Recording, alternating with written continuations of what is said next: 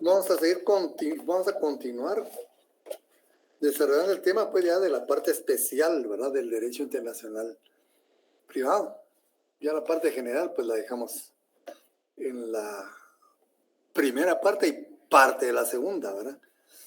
Entonces, vamos a tocar temas como lo que es derecho mercantil, derecho aéreo, derecho espacial o extraatmosférico, marítimo,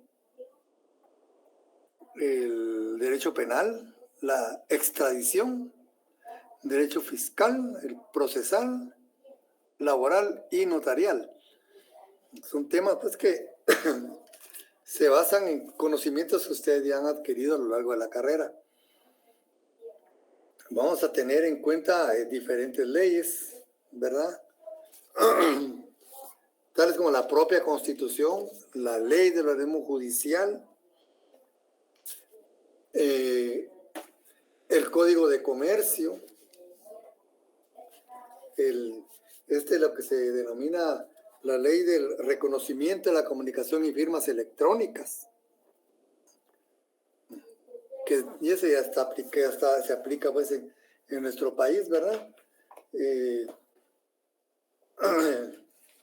El Código Penal, el Procesal Penal, el Estatuto de Roma,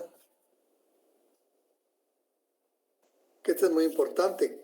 Este sustituye a los juzgados de guerra, ¿va?, como el de Nuremberg, los de Japón, los de Yugoslavia. Ahora ya hay una corte permanente, ¿verdad? Antes eran tribunales que se constituían ante un conflicto para juzgar crímenes de guerra, ¿verdad? Pero ahora hay una corte penal internacional.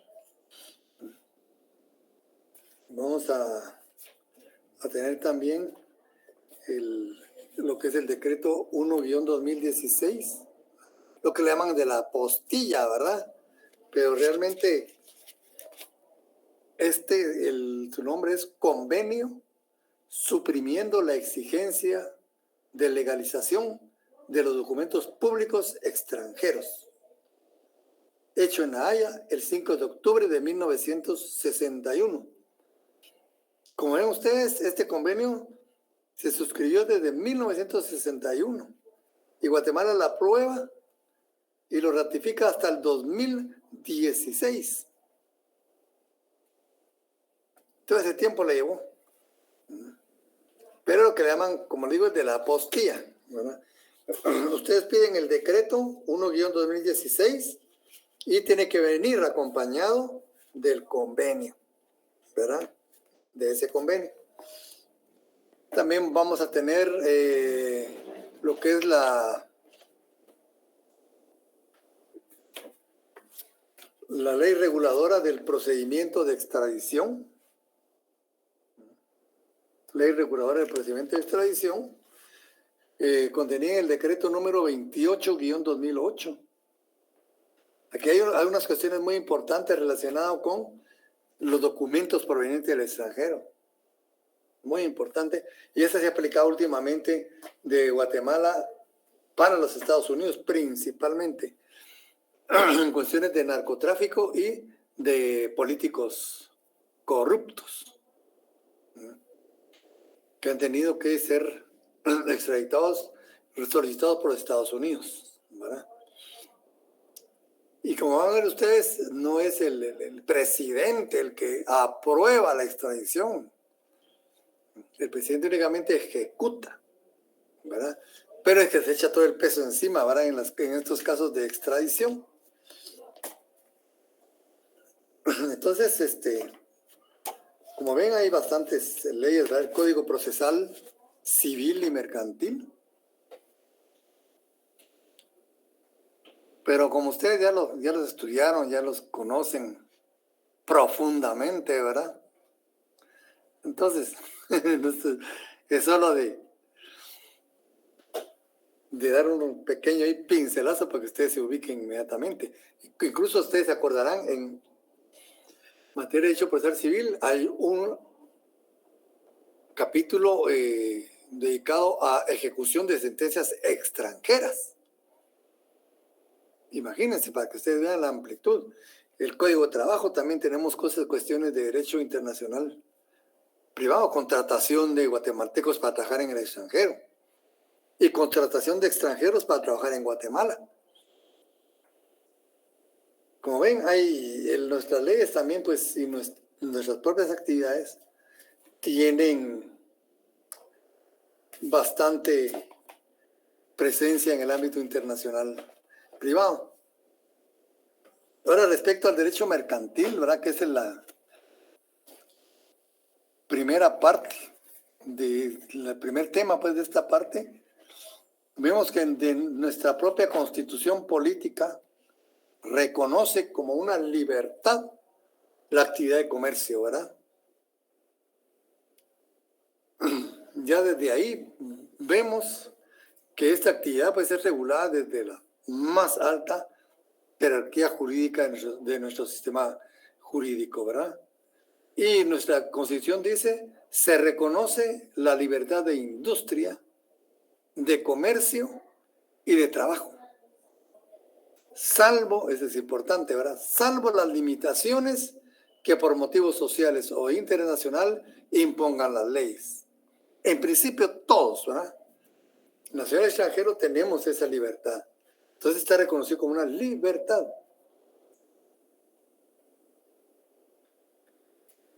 Y respecto al comercio, pues tenemos ya nuestra ley ordinaria, que es el Código de Comercio.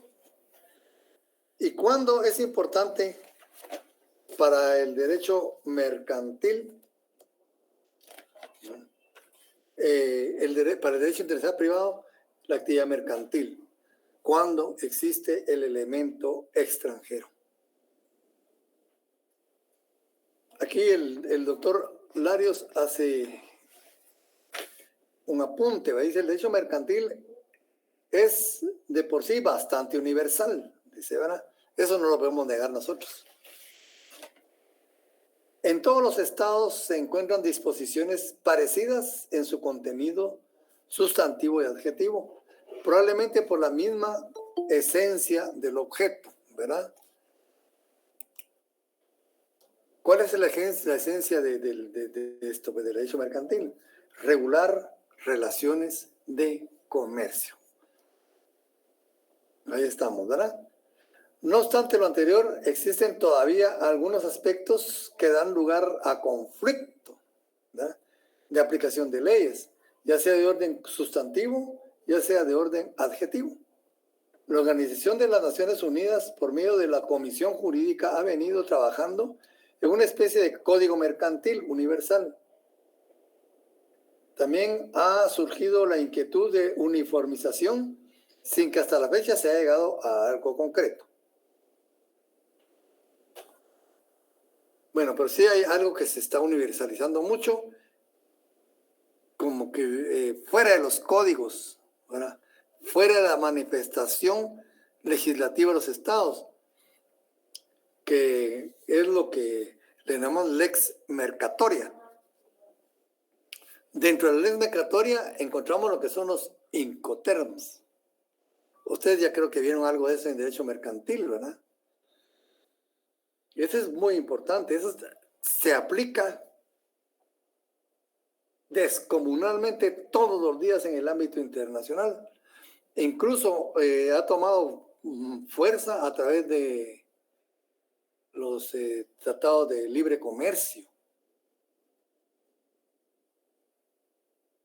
Y ahí en el manual del doctor Larios hay una parte dedicada a la lex mercatoria, que es un aporte de su servidor que le hice al doctor Carlos Larios. Él me lo solicitó, y ahí está en ese manual. También me interesaría que lo leyeran para que adelantáramos en ese tema, ¿verdad? Muy importante. Los incoterms son parte de la ley mercatoria. La lex mercatoria es el continente, ¿verdad?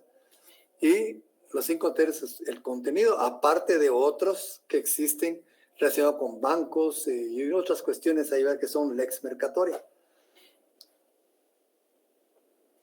que son unas normas muy especiales, ¿verdad? Que ustedes van a ver cuando lean ahí muchas cuestiones interesantes. Aparte de eso, pues existe lo que es propiamente el derecho mercantil. Y dentro de Naciones Unidas existe un tratado, un convenio que se refiere a la compraventa mercantil internacional. Para que vean ustedes la amplitud y la importancia que tiene esta situación.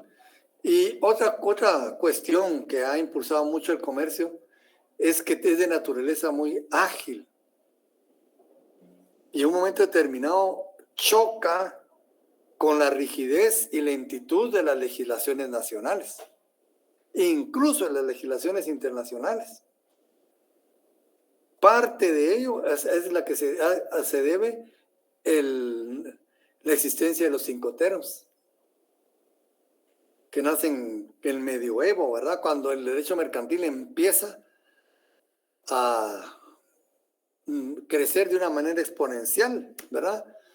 Con el avance de las tecnologías, de las comunicaciones, los descubrimientos y todo.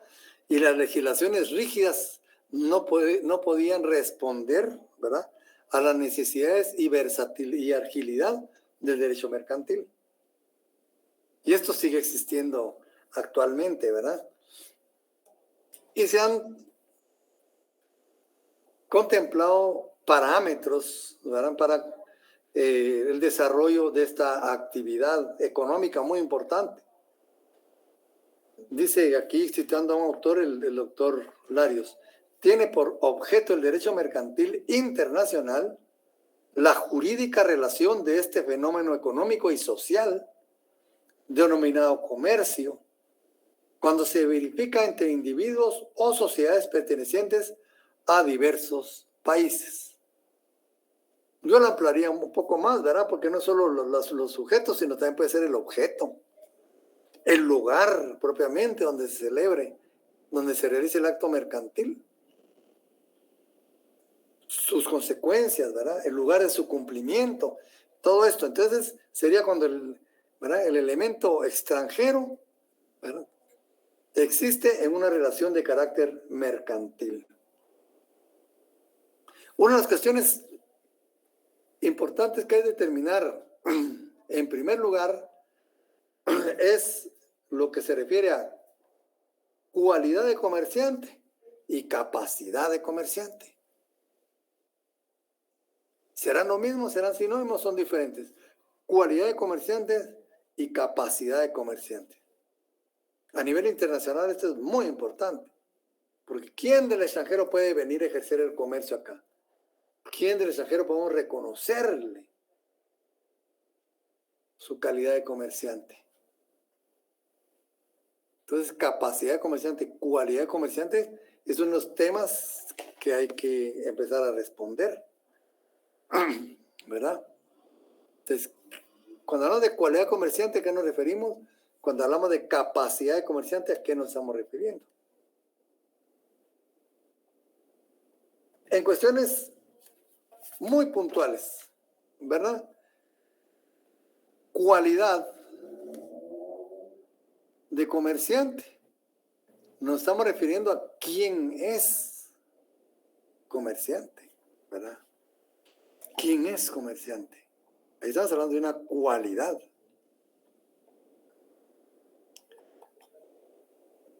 Y cuando hablamos de capacidad de comerciante, ¿a qué nos estamos refiriendo? Capacidad, ¿eh? ¿Quién puede? ¿Quién es y quién puede ejercer actos de comercio? Y eso está regulado tanto en la legislación nacional como en el Código de Derecho Internacional Privado, ¿verdad? Veamos acá qué nos dice la ley para aclarar este tema. Nuestra ley nacional, nuestro Código de Comercio, nos indica respecto a cualidad de comerciante. Son comerciantes, haciendo quiénes son, ¿verdad? ¿Quién es? ¿Verdad? Son comerciantes quienes ejercen en nombre propio y con fines de lucro cualquiera de las actividades, ¿verdad?, a continuación. La industria, ¿verdad?, la que va dirigida a la producción o transformación de bienes y a la prestación de servicios. Ese es un comerciante. La intermediación en la circulación de bienes y la prestación de servicios. La banca, seguros y fianza y los auxiliares.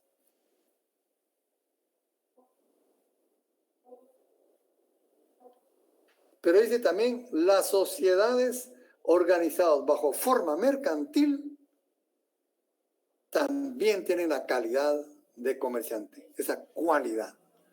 ¿Se dan cuenta? Estamos viendo en primera quién es. Eso nos dice nuestro Código de Comercio. El Código de Derecho Internacional Privado nos dice a su vez, perdón,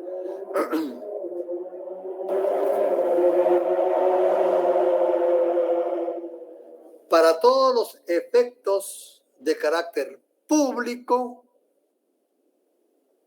la cualidad de comerciante se determina por la ley del lugar en que se haya realizado el acto.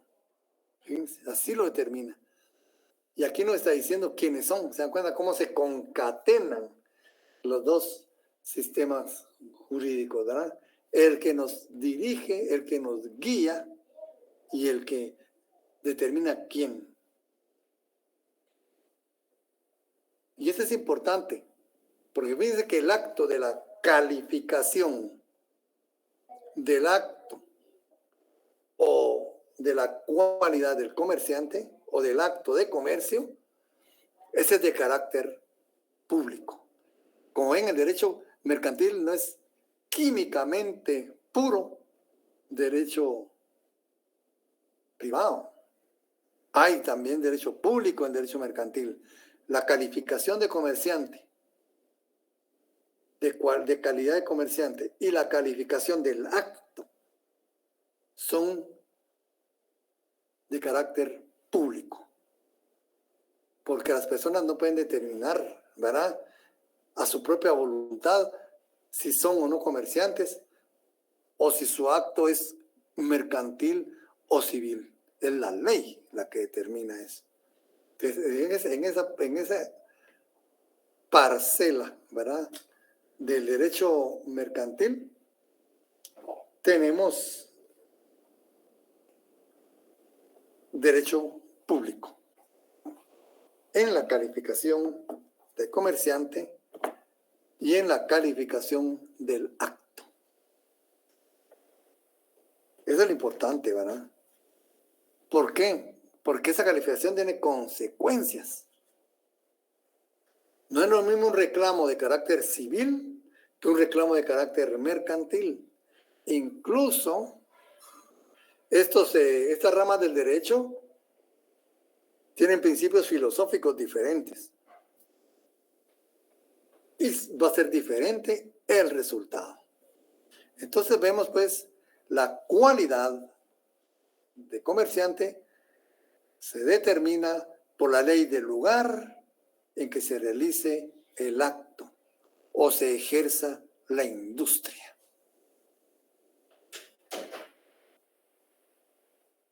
Y en cuanto a la forma, y eso lo vamos a ver claramente, vamos a ver claramente en lo que son los títulos de crédito. Se van a dar cuenta cómo funciona el locus regim actum ahí, pero se mira de una manera muy clara, ¿verdad? Entonces, la forma, en cuanto a la forma de los contratos y actos mercantiles, se sujeta a la ley territorial, locus regim actum. Tenemos la capacidad, la cualidad o calidad de comerciante, ¿verdad? Ya vimos en nuestro código que dice que son comerciantes y aquí se van a ser comerciantes los que los califique así la ley del lugar en que se realice el acto. Y las formas de los actos o contratos mercantiles se van a regir por la ley territorial.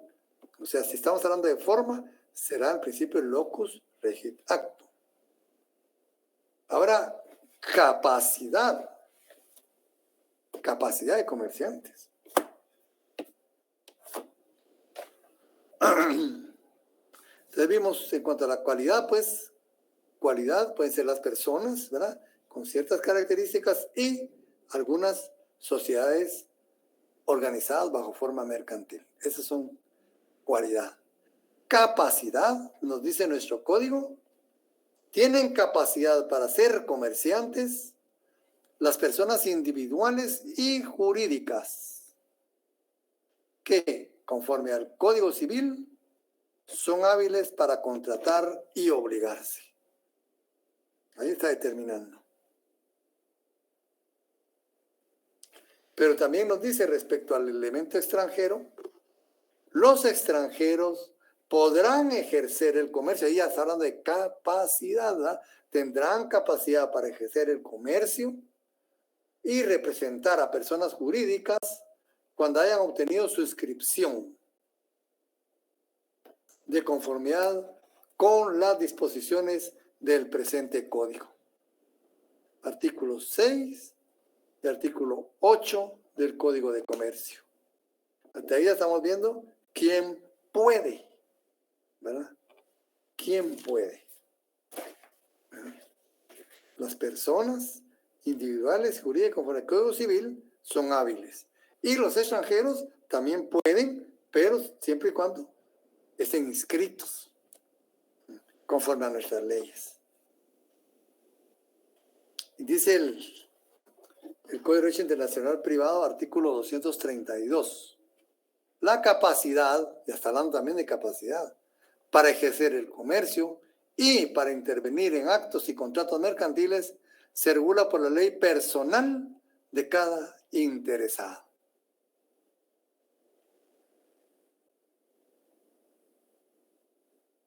Para la cualidad, ley territorial. Para la capacidad, ley personal. A la misma ley personal se subordinan las incapacidades y su habilitación. La ley del lugar en que el comercio se ejerza debe aplicarse a las medidas de publicidad necesarias para que pueda dedicarse a él por medio de sus representantes, los incapacitados, o por sí las mujeres casadas. La ley local debe aplicarse a la incompatibilidad para el ejercicio del comercio de los empleados públicos y de los agentes de comercio y corredores. Hay empleados públicos que no podrán ejercer, ¿verdad? La ley local debe aplicarse a la incompatibilidad para el ejercicio del comercio de los empleados públicos. 236. Toda incompatibilidad para el comercio que resulte de leyes o disposiciones especiales.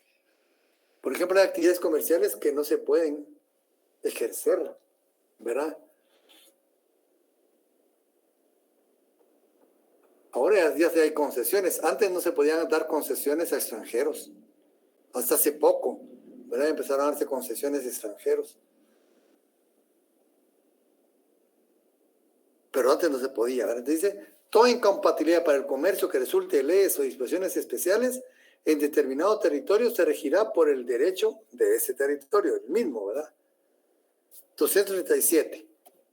Dicha incompatibilidad en cuanto a los funcionarios diplomáticos o agentes consulares, miren ustedes, también se refiere, ¿podrá un embajador o un cónsul dedicarse al comercio?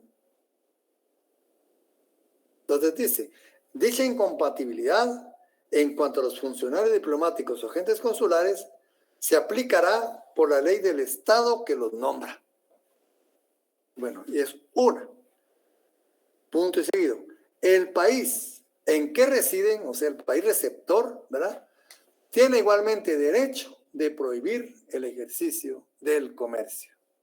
Aquí está lo que se llama concurrencia de leyes. Deben participar las dos leyes, tanto del país que los nombra, ¿verdad?, como el Estado receptor, para que los funcionarios diplomáticos puedan dedicarse a actividades comerciales.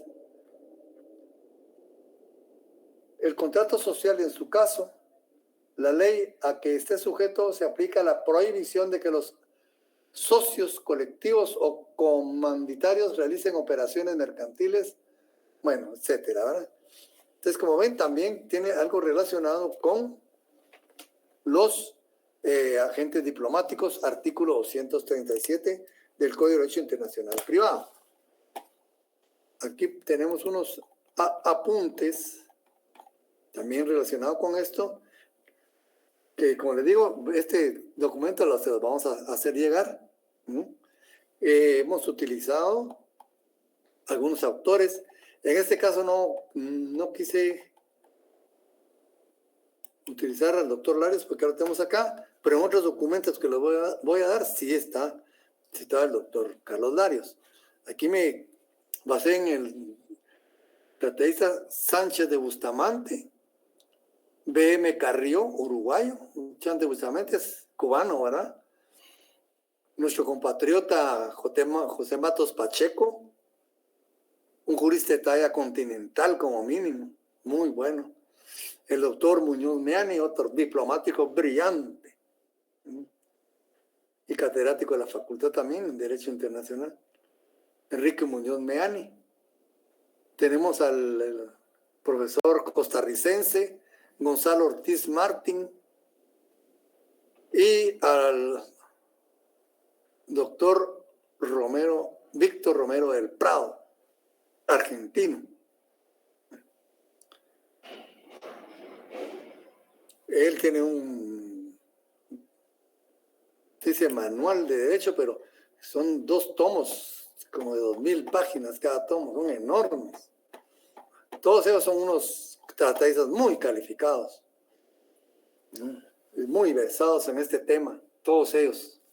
El doctor Ortiz Martín dice, el comercio ha sido factor preponderante en la agudización y solución del problema del derecho internacional privado, porque su agresividad para el intercambio de mercancías ha sido pábulo para transponer las fronteras, abriendo vías de comunicación de toda índole, dice él.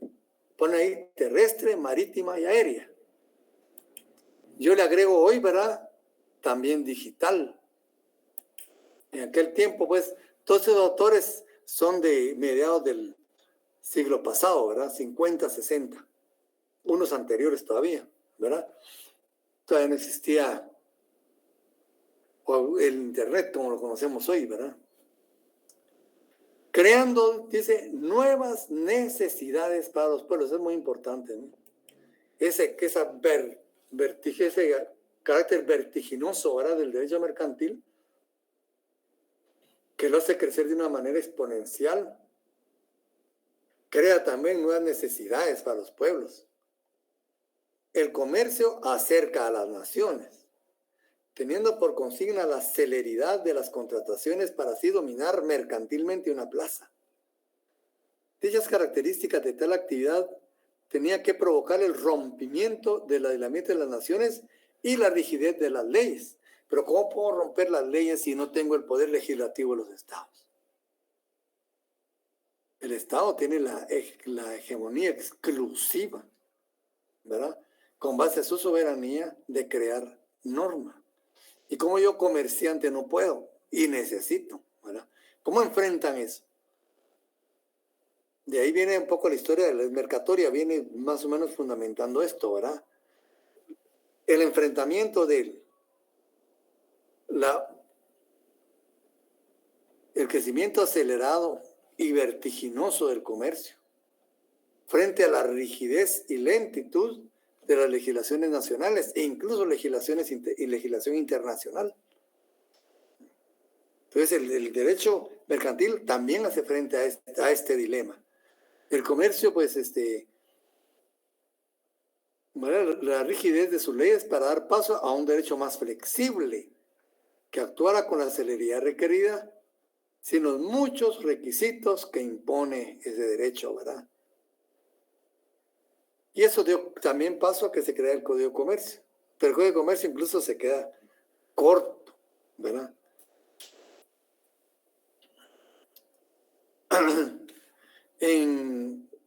haciendo efectivas conquistas en el hermetismo de las leyes de los otros pueblos que, así ganados, van introduciéndolas después en su propio derecho. ¿Ven?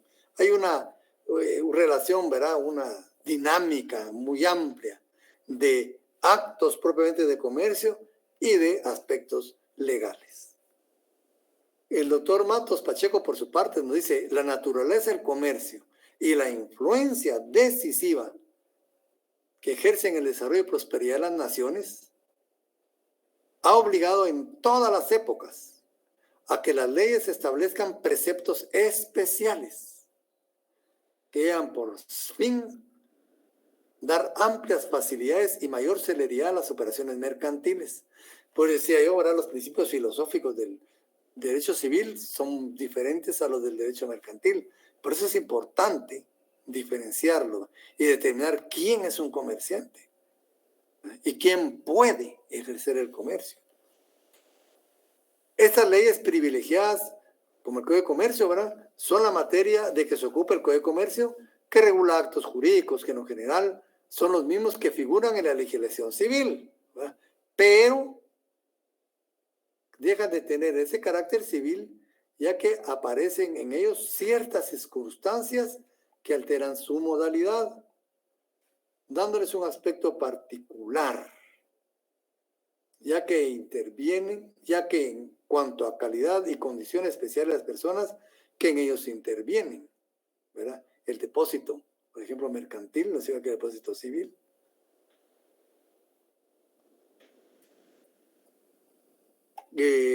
Sigue, dice, la esfera de actividad de las leyes comerciales se ensancha cada día, pues estos ya no tienen aplicación tan solo a las que hacen del comercio su profesión habitual, sino respecto de todos los que de alguna manera participan en actos de naturaleza mercantil.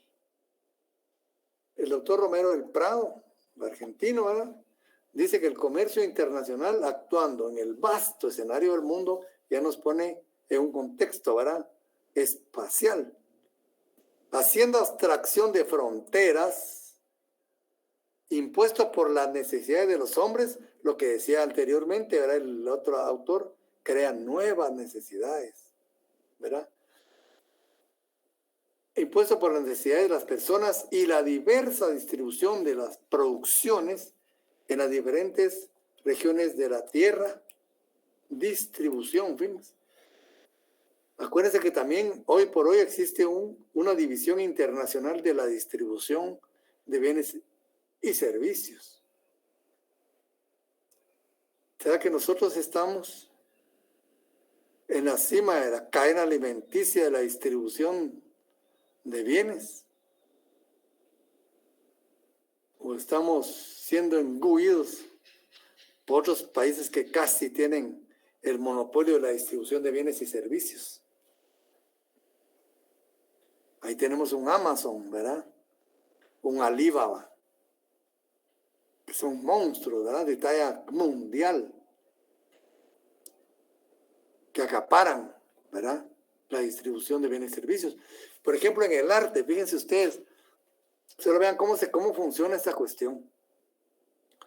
Yo conocí a un licenciado, un abogado, que fue presidente de la Corte Suprema hace tiempo ahora y estuvo hablando conmigo.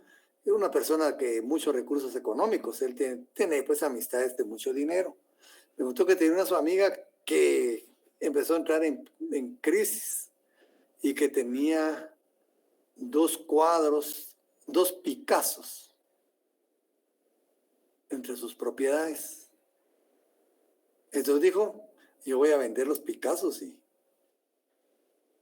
salgo de mis apuros económicos, ¿verdad? Y ahí tenía sus 2 cuadros de Picasso. Pero cuando los quiso vender no pudo porque el arte debe estar certificada. Y ahora me dicen ustedes, ¿quiénes pueden certificar el arte a nivel mundial?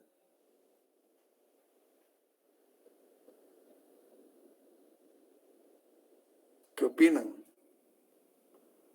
¿Sabe que puedo agarrar mi Picasso, ir a venderlo y lo vendo como Picasso y me lo compran como Picasso? Hay casas que certifican el arte, ¿verdad? Y esas definitivamente no están en Guatemala, ni siquiera en Latinoamérica. Está en Estados Unidos y principalmente y Reino Unido, ¿verdad? Aquellas casas de subastas famosas, ¿verdad? Ellas certifican. Entonces la señora dijo, bueno, hay que certificarlo, y empezó a informarse, pero es carísimo. Y no solo caro, sino también que esto caro va de acuerdo a la evaluación, al precio que den, ¿verdad? La evaluación. Imagínate que fueran millones, con un Picasso, ¿cuánto podrá arrojar de precio? Entonces, solo el trámite era casi de miles. Bueno, dice que una vez certificado y ya con un precio altísimo, tiene que pagar impuestos. Imagínate que un Picasso se lo habló en unos 10 millones, por decirle algo, barato. ¿Cuánto pagaríamos de impuestos por eso? Aparte de cuánto pagaríamos de honorarios por la certificación. Y como ella es una obra de arte con un precio alto, su movilidad, dice, a nivel internacional es especial. No es que yo me lo meta bajo el brazo y me suba al avión con un Picasso, ¿verdad? Ahí que están todos esos monopolios también que nos hablan, ¿verdad?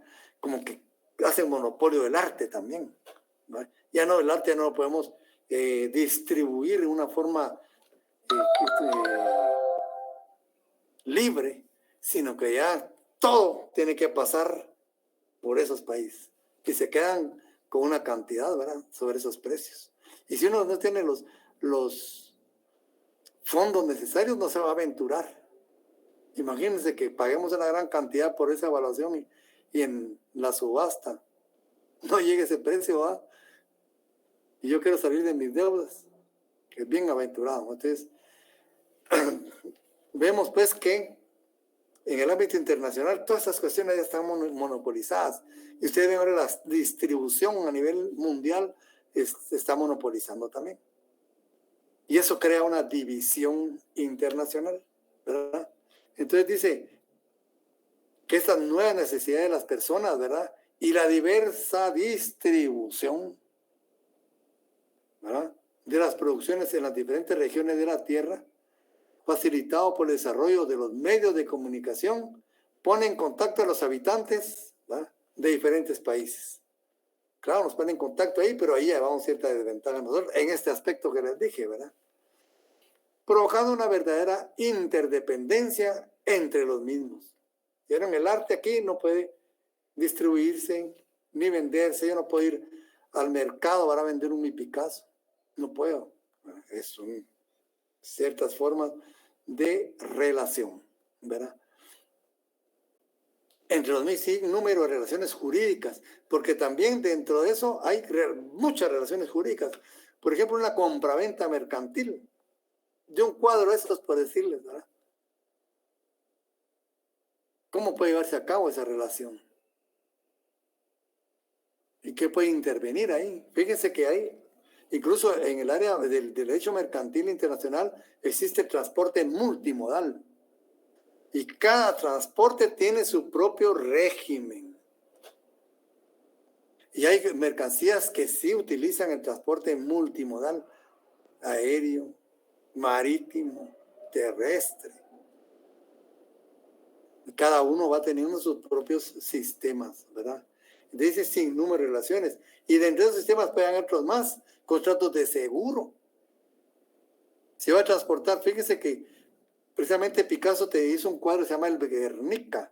Esos cuadros son aquellos cuadros que no pueden calcularse el precio, ¿verdad? Como la Mona Lisa, la Santa Cena, ¿verdad? Eso ya no hay precio para ellos, ya no puede ponerse el precio de esos cuadros. El Guernica es uno de ellos. Picasso lo saca de España y dice, cuando regrese la democracia a España, regresen este cuadro para su lugar, ¿verdad? El Museo del Prado. Y cuando Franco deja la presidencia, pues si ya entran los reyes, bueno, empiezan a hacer los trámites. Pues ese cuadro no sé cuánto pagaron de seguro para transportarlo, porque es enorme, ¿verdad? Fue por barco y fue un acontecimiento mundial. Imagínense. Entonces ese movimiento también crea, ahí hubo una contratación del transporte multimodal, se transportó por tierra, por mar, por tierra otra vez, y cada uno de ellos tenía que haber asegurado, ¿verdad?, millones de millones, ¿no? Y contratos de seguro. El contrato propiamente entre los museos. Qué responsabilidades, ¿verdad? Entonces, hay muchas relaciones jurídicas en el comercio internacional. Este conjunto de normas tiene ese objeto en la materia comercial. Constituye para nosotros el derecho comercial internacional. Por lo tanto, aquí nace la noción de dos definiciones diferentes: derecho mercantil y ley mercantil. Para estos tratadistas no es lo mismo, ¿verdad? Derecho mercantil dice rama del derecho que gobierna las relaciones jurídicas derivadas del ejercicio del comercio. Ley mercantil, aquella ley que regula una materia comercial. Eso nos dice el doctor Muñoz Meani, brillante, catedrático brillante de la facultad. Entonces, derecho mercantil y ley mercantil no son sinónimos. Entonces viene otra cuestión importante: actos de comercio. ¿Por qué creen ustedes que es importante determinar si un acto es o no un acto de comercio? ¿Por qué se le dedica también atención a eso? ¿Verdad? Y vemos aquí pues el derecho mercantil, cómo se plantea, ¿verdad?, su tema en el ámbito internacional. En primer lugar, habla de ello el derecho internacional privado, principalmente en el Código de Derecho Internacional Privado, ¿verdad? En el artículo 240 que ya leímos. La forma de los contratos y los actos mercantiles se sujetan a la ley territorial. Como ven, el derecho internacional privado no nos dice qué es, sino cómo podemos llegar a saber si es un acto de comercio, ¿verdad? Y dice al respecto el doctor Matos Pacheco, ¿no?, catedrático también de Derecho Internacional de la Facultad de Derecho. El ejercicio del comercio es consecuencia de la libertad de trabajo. Es una función a la que pueden dedicarse las personas sin que tenga que tomarse en cuenta la nacionalidad, eso sí es importante, del que lo ejerce, ni el territorio en que lo practique. Y es precisamente por esa generalidad por lo que surgen cuestiones con motivo de la calificación, ¿verdad?, que las distintas leyes dan todavía a los caracteres fundamentales de la legislación mercantil. Entonces, para un acto de comercio lo importante es la calificación. Y por eso nos dice el Código de Derecho Internacional Privado, va a ser en relación a la ley territorial. Pues estamos hablando de una calificación. A cuestiones tales como cuál es la naturaleza de los actos de comercio y a quienes reputa como comerciantes. ¿Ah? ¿Quién es un comerciante? ¿Qué es una actividad de comercio? La determinación de los actos de comercio constituye parte importante de esa legislación privilegiada, como el Código de Comercio, ¿verdad? Y están comprendidos como tales todos aquellos hechos jurídicos que quedan bajo el dominio del Código de Comercio, en primer lugar, y demás disposiciones que tratan de operaciones mercantiles, para los cuales el legislador ha establecido una competencia y formas de procedimientos especiales. Es como el derecho laboral también, ¿verdad? Tiene cuestiones muy especiales, igual de importantes la actividad comercial, ¿verdad? Estos actos de comercio pueden dividirse en tres categorías: aquellos que lo son por propia naturaleza, por la esencia misma del acto, como los que se originan del fletamento o del préstamo a la gruesa, dice, ¿verdad? Son actos de propia naturaleza y esencia de comercio. Algunos que, correspondiendo a la ley civil, cambian esa calidad por relación a otros actos mercantiles. Por ejemplo, la prenda. Hay prenda mercantil y hay prenda civil. Y hay depósito, ¿verdad? Hay depósito mercantil y hay depósito civil. Entonces, ahí también, ¿verdad?, por la calidad de la relación. Y los que la ley considera siempre mercantiles. ¿Verdad? La letra de cambio dice, ¿verdad? Las empresas industriales, los establecimientos de distribución de mercancías, ¿verdad? Que esos actos son propiamente mercantiles, ¿verdad? Los que hacen esas empresas. Pero resulta que esa apreciación no es uniforme. De ahí que en unos países se consideren como mercantiles los mismos actos que en otros se tienen como de orden civil, originándose frecuentes conflictos por ello, ¿verdad? En tales casos, según la opinión más aceptada, la distinción entre actos de comercio y actos civiles deberá hacerse de acuerdo con la ley que rige la esencia misma del acto. Lex loci actus. Ya no es el lugar, ya es el acto en sí mismo el que hay que calificar. El carácter civil o mercantil es inseparable de este, ¿verdad? De la esencia misma, ¿verdad? Y esa clasificación que depende de la naturaleza jurídica de unos y otros produce los efectos consiguientes siempre y en todas partes. Esto es importante, incluso fíjense que hay algunos países que tienen juzgados o tribunales de carácter mercantil y otros de carácter civil, y los procedimientos son totalmente diferentes. Aquí en Guatemala todavía no hemos alcanzado ahí, ¿verdad? Los tenemos en lo civil y mercantil juntos, pero en muchos países ya hay tribunales especializados en materia mercantil, y aquí sería muy importante, porque ¿a dónde voy a acudir? ¿Verdad? Entonces dicen que es calificar la esencia misma del acto, ¿verdad? Lex loci actus.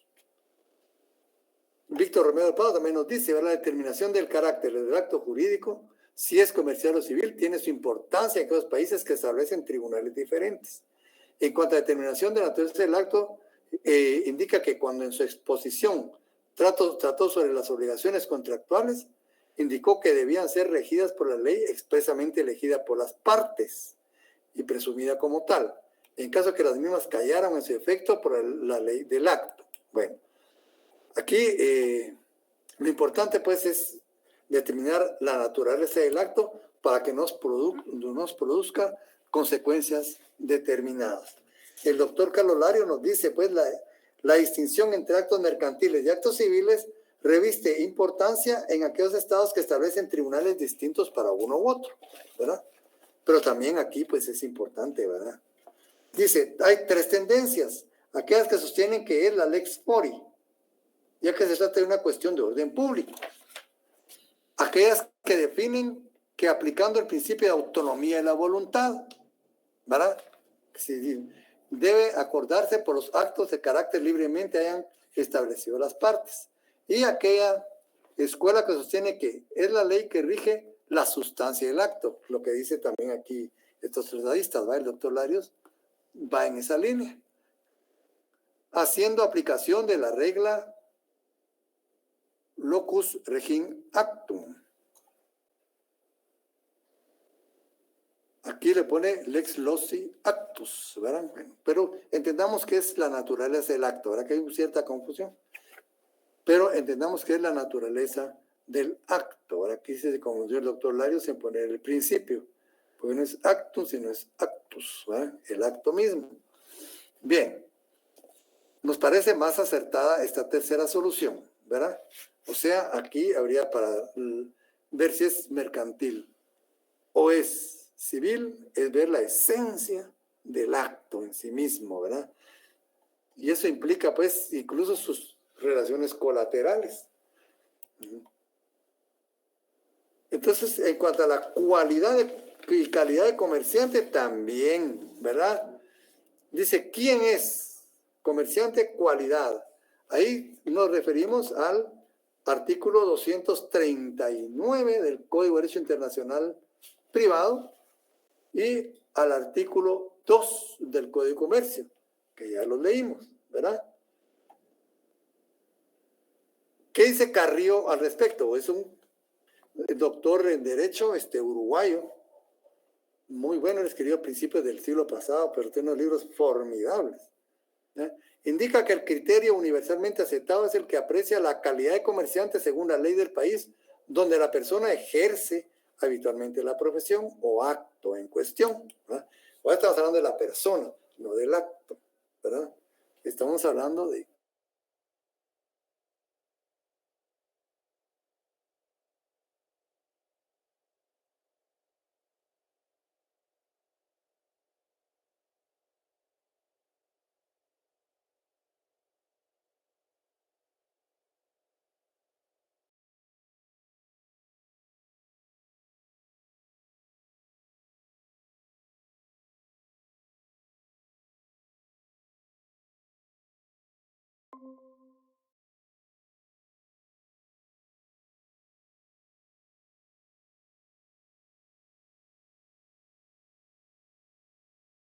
Entonces, esa es una observación muy importante, ¿verdad? Demuestre la intención de comerciar. Y para calificar esa intención, solo puede recurrirse a demostraciones producidas en el lugar donde la persona ejecuta los actos, donde con justicia cierto seguirá la calificación del orden público interesado en el régimen del fenómeno. Y aquí hay una observación muy importante, porque nosotros hasta aquí hemos tenido la idea que el derecho mercantil es esencialmente derecho privado, ¿verdad? Y en efecto, así lo miramos. Pero ya la calificación de comerciante ya es un acto de orden público. Yo no puedo venir a decir, mire, yo soy comerciante, quiero ser comerciante. No, hay que llenar ciertos requisitos que hay en la ley. Y el único que puede calificar quién es un comerciante es la ley. Por lo tanto, la calificación, ¿verdad?, de la calidad o cualidad de comerciante es un acto de orden público. Y aquí lo dice nuestra ley, ¿verdad? Son comerciantes, nuestra ley está diciendo, es un acto público, ¿verdad? La calificación, aunque el acto que yo realice sea un acto de carácter privado dentro de esa cualidad. Entonces dice, para calificar extensión solo puede recurrirse, bueno, a demostraciones, ¿verdad? La calificación se hace dentro del orden público. Dice, al respecto dice el doctor Matos Pacheco, ¿verdad?, nuestro compatriota, respecto a quienes se reputan comerciantes, tiene significación establecerlo, por cuanto que las personas que así califiquen quedan sujetas a reglas y tribunales especiales. Venimos a lo mismo, el conjunto de derechos y obligaciones que produce esa cualidad. Es importante. La calidad de comerciante se regula por la ley del lugar donde las personas ejercen habitualmente el comercio. Y será esa misma ley la que rija los efectos jurídicos, puros actos de derecho público, ¿verdad?, que se desprenden de la calidad de comerciante. El doctor Enrique Muñoz Meani nos dice, la cualidad de comerciante resulta por consiguiente del concurso de estos extremos. A, ejercicio de actos mercantiles. Y ahí ya nos va, ¿verdad?, dando elementos para calificar. B, profesión habitual. Pues ya no es el hecho que yo agarre mi amueblado de comedor y lo venda, ¿verdad?, porque voy a cambiar a mi amueblado. Eso no me convierte en comerciante. Tiene que haber habitualidad. Debe ser como una profesión, ¿verdad? Y ese ejercicio debe ser en nombre propio, ¿verdad? Ejercicio de actos mercantiles, profesión habitual y en nombre propio. Entonces, ahí nos dan los elementos, ¿verdad? La cualidad de comerciante apunta, es una atribución de orden público. Remite lo mismo que el doctor Matos Pacheco, el doctor Romero del Prado nos viene a decir, y el doctor Muñoz Miani nos va a decir lo mismo. Son actos de orden público, la calificación. Aunque la actividad sea privada, ¿verdad? La calificación es un acto de orden público. Y en cuanto a la capacidad de comerciante, pues, ¿quién puede? ¿Verdad? ¿Quién puede? Ya lo vimos también, el artículo 232 del Código de Derecho Internacional Privado y el artículo 6 y el 8 del Código de Comercio.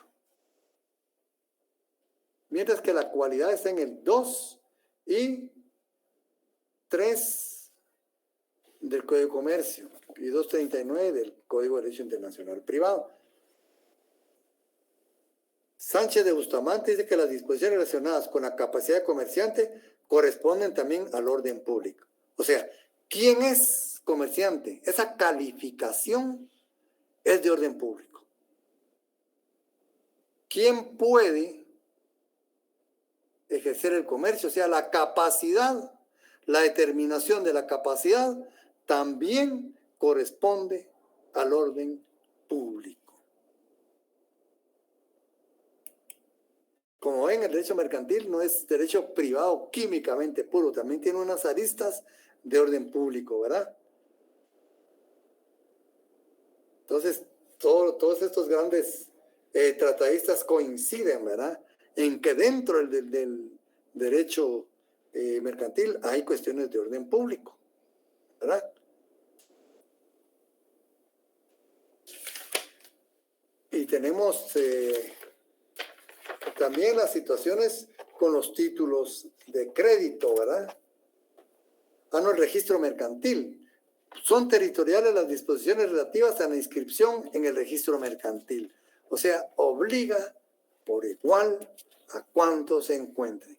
Si hay que registrarlo, debe registrarlo, aunque sea extranjero. Y debe de cumplir todos los requisitos que exigen para ser inscrito como comerciante.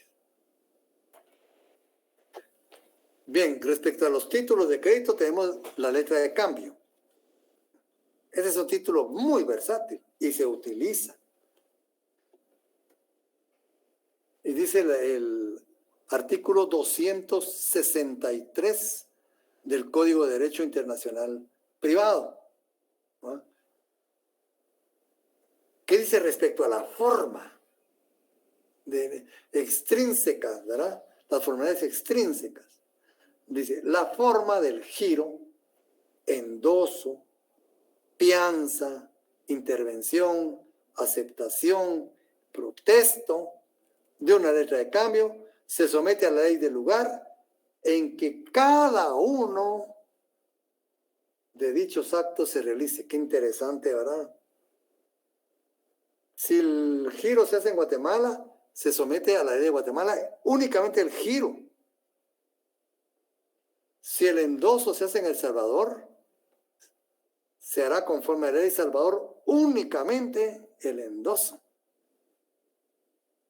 Si hay una fianza en Honduras, esa fianza de la letra de cambio se hace de conformidad con las formalidades de las leyes hondureñas, únicamente para la fianza. La aceptación, ¿verdad?, si se hace en Nicaragua, será conforme a Nicaragua, y el protesto, si es en Costa Rica, será conforme a Costa Rica. Y la letra de cambio vale como una unidad, ¿verdad?, como un documento de crédito mercantil. Miren que ese es muy interesante, ¿verdad? A falta de convenio expreso o tácito, habla sobre el giro, aquí se habla sobre el giro. Las relaciones jurídicas entre librador y tomador, aquí cambia el nombre de los sujetos, ¿verdad?, de la letra de cambio. Tomador y portador se regulan por ahí del lugar en que se ha efectuado la aceptación. A falta de convenio expreso o tácito, las relaciones jurídicas entre librador y tomador se rigen por ahí del lugar en que la letra se gira. Únicamente, sin votar en lo anterior y posterior. En igual caso, las obligaciones y derechos entre el aceptante y el portador, aquí estamos hablando de aceptación, ¿verdad?, se regula por la ley del lugar en que se ha efectuado la aceptación. Y en la misma hipótesis, los efectos jurídicos que el endoso produce entre endosante y endosatario dependen del lugar en que la letra ha sido endosada. Fíjense. ¿Y qué sucede si uno de estos actos mercantiles resulta insuficiente? Cada acto tiene vida propia, ¿verdad? ¿Por qué? Esto en atención a la certeza y seguridad jurídica. Imagínense que a ustedes les tocara endosar una letra de cambio que ya está girada, ya está aceptada, ya está avalada. Y usted dice, pero si uno de estos actos no sirve, ya voy a ser perjudicado. Ahí no habría ni la movilidad que requiere el derecho mercantil, ni la seguridad, ni la certeza jurídica. Y si no hay seguridad y certeza jurídica, no habría, ¿verdad?, actividad mercantil. ¿Para qué? Me voy a meter a problemas. Entonces, yo respondo por lo que hice en la letra de cambio. Los demás, cada quien va a responder, ¿verdad? Entonces, pues, eso asegura que cada uno, pues, tiene su propia responsabilidad, ¿verdad? El aval, en las propias condiciones, se rige por la ley del lugar en que se presta el aval. La mayor o menor extensión de las obligaciones de cada endosante no altera los derechos y deberes originarios del liberador y tomador. Como ven, cada acto subsiste en sí mismo. Los efectos jurídicos de la aceptación por intervención se regulan a falta de pacto por la ley del lugar en que el tercero interviene. Los plazos y formalidades para la aceptación, el pago y el protesto se someten a la ley local. Las disposiciones relativas a la falsedad, robo, hurto o extravío de documento de crédito y efectos al portador son de orden público internacional, obligan por igual a todos, ¿verdad? La adopción de las medidas que establezca la ley del lugar en que el hecho se produce, no, bueno, y aquí es como sigue, porque ustedes ven, ¿verdad? Dice, las reglas de este capítulo son aplicables a la libranza, vales, pagarés, mandatos, cheques, ¿verdad? Son a título de crédito, ¿verdad? Como ven, los títulos también tienen su propia modalidad dentro del ámbito internacional privado.